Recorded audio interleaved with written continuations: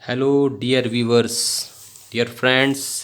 आज हम आप लोगों के लिए एक नया टॉपिक लेकर के आए हैं और जो है संतान रेखा। संतान रेखा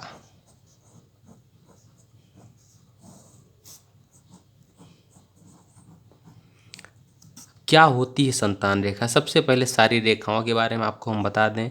ये है जीवन रेखा, ये है भाग्य रेखा, ये है सूर्य रेखा, और ये है मस्तिष्क रेखा, और ये है हृदय रेखा, और ये है बुध रेखा। ठीक है, तो ये सारी रेखाएं हैं।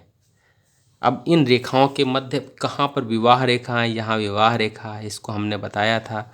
और ये भी बताया था कि विवाह रेखा हृदय रेखा से जितनी दूरी पर होगा उतनी ही देर में उसका व्यक्ति का विवाह होगा।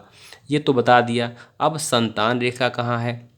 जो संतान रेखा बता रहे हैं हम, उसकी अब विवाह तो हो गया, लेकिन अब संतान कौन कौन सी होंगी, क्या होंगी, उसकी रेखाएं कहाँ मौजूद हैं?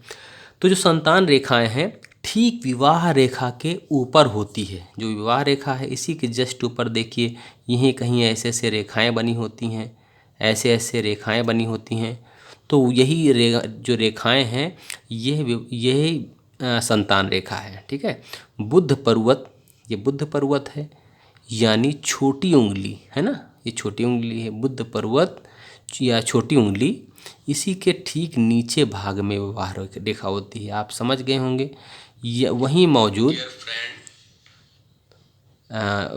मौजूद खड़ी रेखाएं संतान रेखा कहलाती हैं।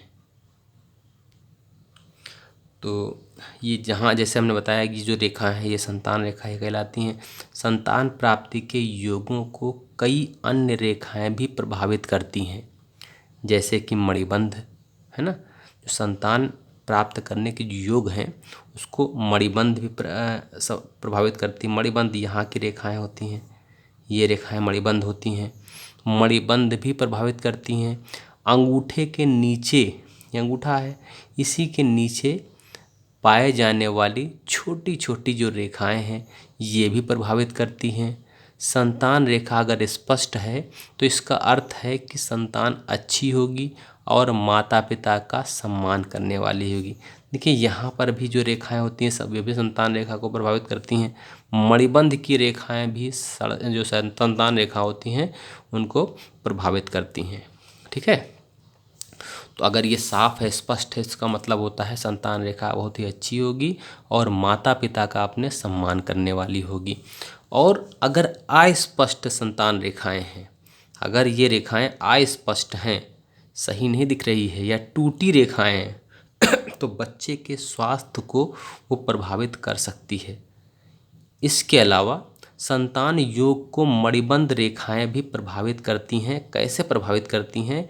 यदि पहली मणिबंध रेखा का झुकाव कलाई की तरफ है, अगर जो पहली, यहाँ पर 3 रेखाएं होती हैं, 2 होती हैं किसी की 3, अगर पहली मणिबंध रेखा का झुकाव ये ऐसे जा रही, ऐसे कलाई की तरफ होती है। ठीक है, पहली मणिबंध रेखा का झुकाव कलाई की तरफ होती, ऐसे होती है, ऐसे।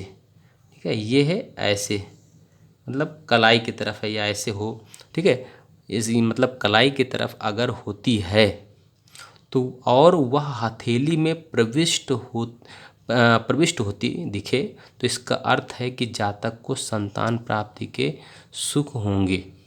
ठीक है, मतलब अगर पहली मणिबंध रेखा का झुकाव कलाई की तरफ है और वह हथेली में प्रविष्ट होती दिखे तो इसका अर्थ है कि वह जातक को संतान प्राप्ति में, मतलब जातक जो होता है जिसका हाथ है उसको संतान रेखा की प्राप्ति होगी। ठीक है, इन रेखाओं के बारे में ये माना जाता है कि हाथ में जितनी भी रेखाएं होती हैं जातक को उन्हीं संख्या में बालक जन्म लेते हैं।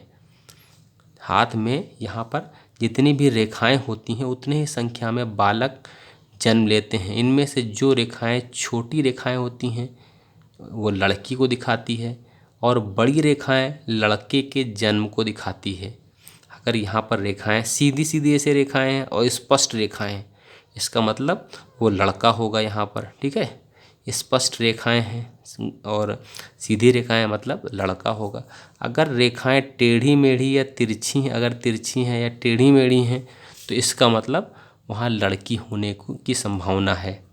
ठीक है। और ये छोटी हो, टेढ़ी मेढ़ी हो, इसका मतलब वहाँ लड़की होने की संभावना है। जो बड़ी रेखाएं हैं वो लड़के होने के जन्म को दिखाती हैं। यदि हाथ में रेखाएं ना दिखे तो जातक को संतान हानि का बोझ भी उठाना पड़ सकता है। मतलब यहाँ रेखाएं नहीं दिख रही हैं तो हो सकता है संतान ही ना हो।